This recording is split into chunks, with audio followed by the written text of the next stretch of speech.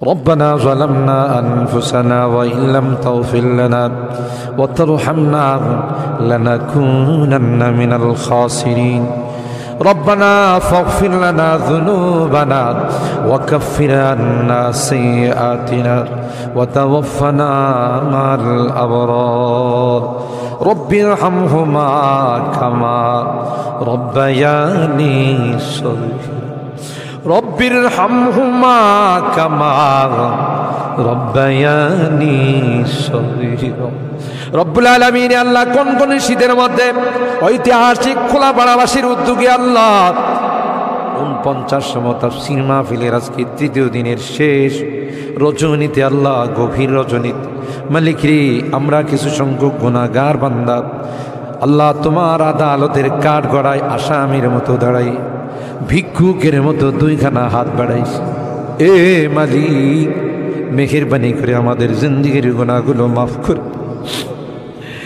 ও রব্বে করিম তুমি তাকাইয়া দেখো বুড়া মানুষগুলো ঘরে যায় না আগে মা বোনরাও ঘরে যায় না আমার কলিজার টুকরা সন্তান যুবকরাও ঘরে যায় কাঙ্গালের মতো হাত বাড়াইছি এ মালিক তাওবা করতেছি আর জীবনে কোনো গুনাহ করব না আর জীবনে কোনো নাফরমানি করব আল্লাহ ওয়াদা করলাম আর জীবনে কোনোদিন নামাজ ছাড়ব না আর জীবনে কোনোদিন বেপরদায় চলবো না ইয়া আল্লাহ মেহেরবানি করে আমাদের তাওবাগুলোকে কবুল করে নাও ইয়া আরহামার রাহিমিন ইয়া আকরামাল আকরামিন আল্লাহ মনে চাইছে বিছনায় আরাম করার জন্য না না না আরামের ঘুমকে হারাম করে শীতকে উপেক্ষা করে শুধুমাত্র কেবলমাত্র আল্লাহ তোমার কাছে তাওবা করার জন্য বসে রইলাম আমাদের গুনার কারণে যদি জাহান্নামে দিয়ে দাও কে বাঁচাবে কে আমাদেরকে জাহান্নাম থেকে রক্ষা করবে ও মালিক কিয়ামতের কঠিন ময়দানে আমাদেরকে তুমি গুনাহগার বলে ডাক দিও না ইয়া আল্লাহ কোরআনের মধ্যে আছে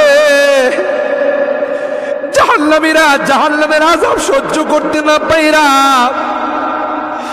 করুতি মিনতির সাথে কাকুতি মিনতির সাথে বলবে ইয়া মালিক লিয়াকদি আলাইনা রাব্বুক এ জাহান্নামের দারোগা মালিক ভাই আর সহ্য হয় না আর সহ্য হয় না মালিক রে কো আমাদের জন্য কোনো ফায়সালা করে দে 1000 বছর পর জবাব আসবে ইন্নাকুম মাকিসু এই জাহান্নামে তোদেরকে থাকতে হবে কোনো ডাকের সাড়া দেওয়া হবে আল্লাহ তোমার কোরআনে তুমি বলছো কালাকসাউ ফিহা ওয়ালা তুকাল্লিমুন অপমানিত হয়ে জাহান্নামে থাক কোনো কথা বলবি না কবরের মধ্যে সাপ বিচ্ছু কামড়াবে একদিক দিয়া চামড়া পুড়ে গেলে আরেক দিক দিয়া নতুন করে গজাবে এ মালিক দুনিয়ার কোনো বিষাক্ত সাপ দেখলে বাঁচাও বাঁচাও করে চিৎকার করে একটা নয় দুইটা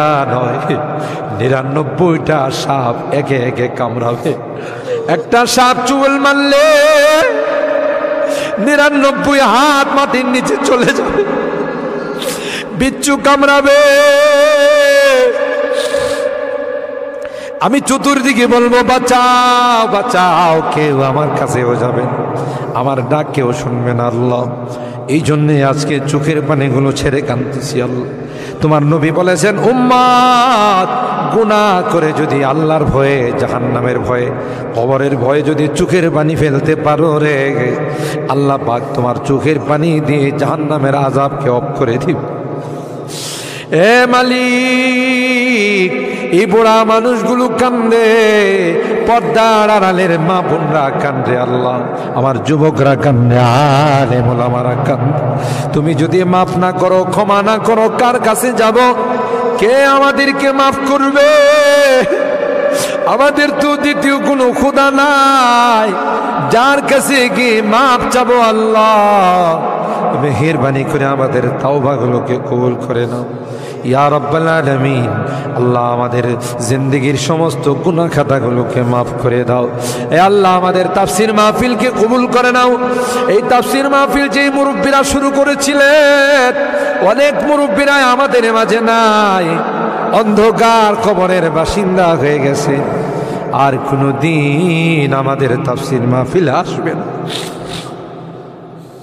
কে জানে, কে জানে আমরা যারা বসা আছি আগামী বছর এই তাফসীর মাহফিলে আসবো না জমিনের নিচে চলে যাব। ও মালিক, মালিক আল্লাহ আমাদের কেউ নাই, তুমি বিনে আমাদের কেউ নাই রে আল্লাহ।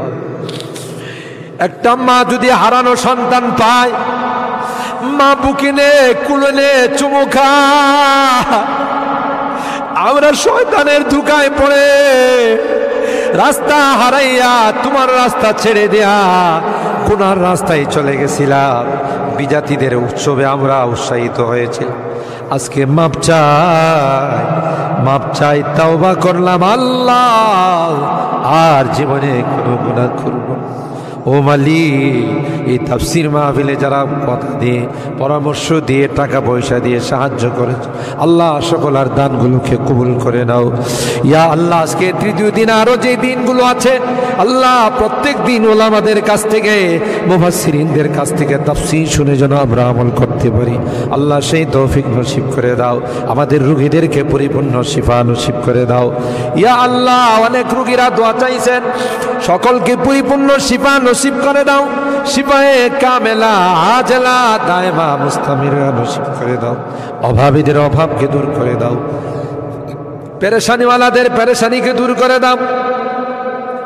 এ মালিক, মুসিবত জাদাদেরকে মুসিবত থেকে উদ্ধার করে দাও ইয়া আল্লাহ। এখানে যারা হাত উঠাইছেন, জানি না কে কি উদ্দেশ্য নিয়ে হাত উঠে, সকলের দিলের নেক মাকাসিদগুলো পূরণ করে দাও আল্লাহ। আমার মুরব্বীদেরকে আবু বকরের মতো বানাই দাও আল্লাহ। আমার যুবককে, কলিজা টুকরা সন্তানদেরকে জান্নাতি কাফেলার সদস্য বানাই দাও। আমার মা বোনদেরকে আল্লাহ, আম্মা জান খাদিজাতুল কুবরা, আয়েশা সিদ্দিকা, ফাতেমাতুজ জাহরার মতো বানাই। মালিক রে, আজকের মোনাজাতে শেষবারের মতো বারবার মা বাবার কথা মনে পড়ে, জানি না কার মা নয় কার বাবা নয়। এখানে আমরা যারা হাত উঠাইছি আল্লাহ, অনেকেরই মা নাই, অনেকেরই বাবা নাই রে আল্লাহ। কতদিন হয়ে গেল কবরের বাসিন্দা হয়ে গেছে, কবরের পাশে যাইয়া মা মা মা বলে চিৎকার করি, কোনো জবাব দেয়। কত আদর স্নেহ মায়া মমতার সোহাগ দিয়ে আমাকে বড় করে, নিজে না খাইয়া আমার খানার ব্যবস্থা করছে। মা জনম দুঃখিনী মা আল্লাহ, যার চেহারার দিকে তাকাইলে কবুল হজের সব পাওয়া। বাড়িতে ফিরতে দেরি হলে ডাক্তার সাথে সাথে মা দরওয়াজাটা খুলে দিত। আজকে বাড়িতে যাই কত ডাকাডাকি, কেউ যে আমার দরওয়াজাটা খুলে দেয় না, কারণ আমার জনম দুঃখিনী মা যে দুনিয়াতে নাই। বাবা কাঁধে কোলে নিয়ে আমাকে বড় করছেন। অনেক সময় মনে চাইছে অনেক কিছু খাইতে, তা খায় নাই। ভালো কাপড় চুপড় পরতে মনে চাইছে, তাও আমার বাবা পড়ে নাই। জায়গা জমি বাড়ি ঘর সব কিছু দিয়া অন্ধকার খবরে আজকের মোনাজাতে বারবার ওই মা বাবার চেহারাগুলো মনে পড়তেছে। গুনার কারণে যদি তোমার জাহান্নামের আসামি হয়ে থাকে, আমরা তোমার কাছে মাপ চাই, ক্ষমা চাই আল্লাহ। আমাদের মা বাপকে ক্ষমা করে দিও, তাদের কবরগুলো জান্নাতের বাগান বানাই। যাদের মা বাবা বেঁচে আছেন আল্লাহ, তাদের হায়াতে বরকত দিও এ রব্বে করিম। আল্লাহ, মুনাজাত শেষ করার পূর্বে একটি ফরিয়াদ, জানি না কোন দিন কার সঙ্গে মালাকুল মউতের দেখা হয়ে যাবে, কোন দিন মসজিদের মাইকে আমার নামটা ঘোষণা হয়ে যাবে। মসজিদের পালকিটা আমার ঘরের সামনে দাঁড়িয়ে যাবে। এটা তো এমন পালকি, এটাতে একবার যারা শুয়ে যায় জীবনে আর দ্বিতীয়